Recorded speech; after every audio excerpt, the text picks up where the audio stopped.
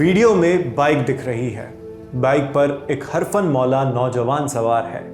माथे पर गमछा, आंखों पर चश्मा, गले पर टंगा आईडी कार्ड। यह नौजवान कोई आम नौजवान नहीं था, एक पत्रकार था। यह पत्रकार कोई आम पत्रकार नहीं था, खास था, क्योंकि बाइक में उसके पीछे बैठा व्यक्ति एक सीआरपीएफ जवान है।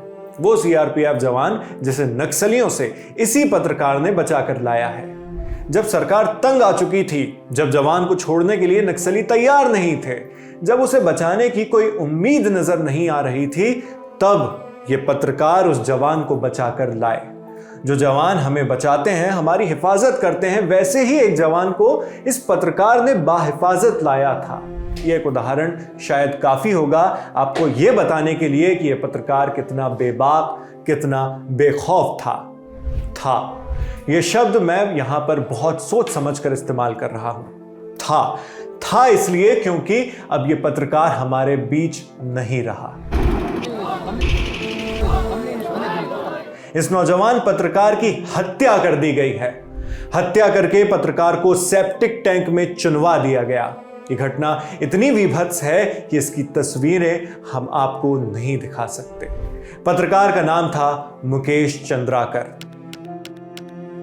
3 जनवरी की शाम मुकेश चंद्राकर का शव सुरेश चंद्रकार नाम के एक ठेकेदार के घर से बरामद हुआ। शव की हालत बहुत खराब थी।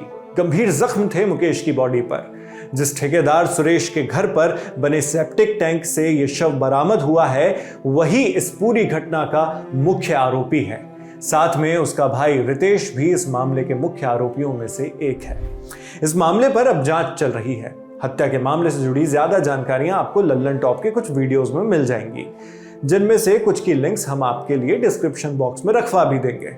मगर इस वीडियो में हम बात करने वाले हैं पत्रकार मुकेश चंद्राकर के उस वीडियो की, जब वो सरकार के लिए एक मसीहा से कम नहीं थे, जब वो नक्सलियों के चंगुल से सीआरपीएफ जवान को बचाकर अपनी स्प्लेंडर पर लेकर आए थे। सोशल मीडिया पर एक मीम बहुत चलता है, not all heroes wear a cape. इसमें मैं जोड़ना चाहूंगा सम वेयर गमछा ऑल्सो। कुछ हीरो गमछा भी पहनते हैं, मगर आज हम लोगों ने हमारे गमछाधारी हीरो को सिस्टम के हाथों खो दिया है, भ्रष्ट सिस्टम के हाथों। उस पत्रकार को खो दिया जिसने भ्रष्टाचार की खबर नेशनल मीडिया में उठवाई थी। उस पत्रकार के परिवार से अब सीआरपीएफ को नजरें मिलाने में थोड़ी मुश्किल जरूर होगी।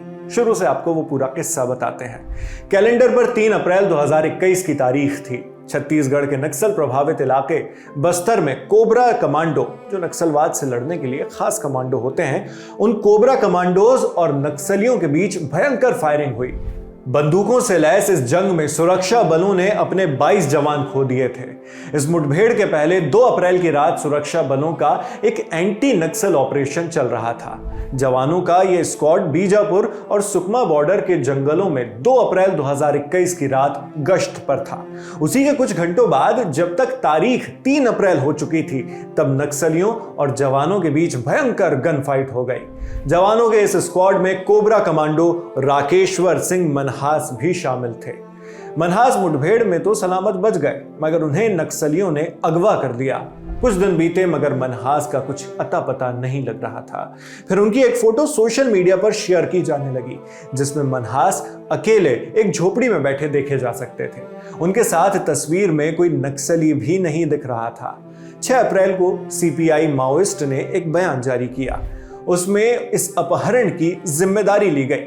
साथ में उनकी तरफ से छत्तीसगढ़ सरकार के सामने यह मांग भी रखी गई कि सरकार हमसे बात करने के लिए एक वार्ताकार नियुक्त करे, तभी हम मनहास को सुरक्षित छोड़ेंगे। उस फोटो और इस बयान के बाद मनहास को बचाने का मामला और भी गंभीर हो गया। उनका पता लगाने के लिए पुलिस ने वृहद स्तर पर सर्च ऑपरेशन चलाए। स्थानीय लोगों से बात की गई, आसपास के गांव वालों से पूछा गया, सामाजिक संगठनों से संपर्क किया, नेता और पत्रकारों के दरवाजे भी खटखटाए गए। आखिर ये तलाश एक पत्रकार की ही दहलीज पर खत्म होनी थी। फिर 9 अप्रैल को एक वीडियो आता है, जिसमें cobra commando Rakeshwar Singh Manhas bike पर बैठकर एक पत्रकार के साथ वापस आ रहे थे। ये वही वीडियो है जो आपने इस वीडियो की शुरुआत में देखा, और ये वही पत्रकार हैं जिनकी जनवरी में हत्या करके उन्हें सेप्टिक टैंक में चुनवा दिया गया। मुकेश चंद्राकर। मुकेश को जिस भ्रष्ट सिस्टम को उजागर करने के लिए यह सब झेलना पड़ा है, उसके खिलाफ एक्शन लेने की बारी अब शासन की है, प्रशासन की है।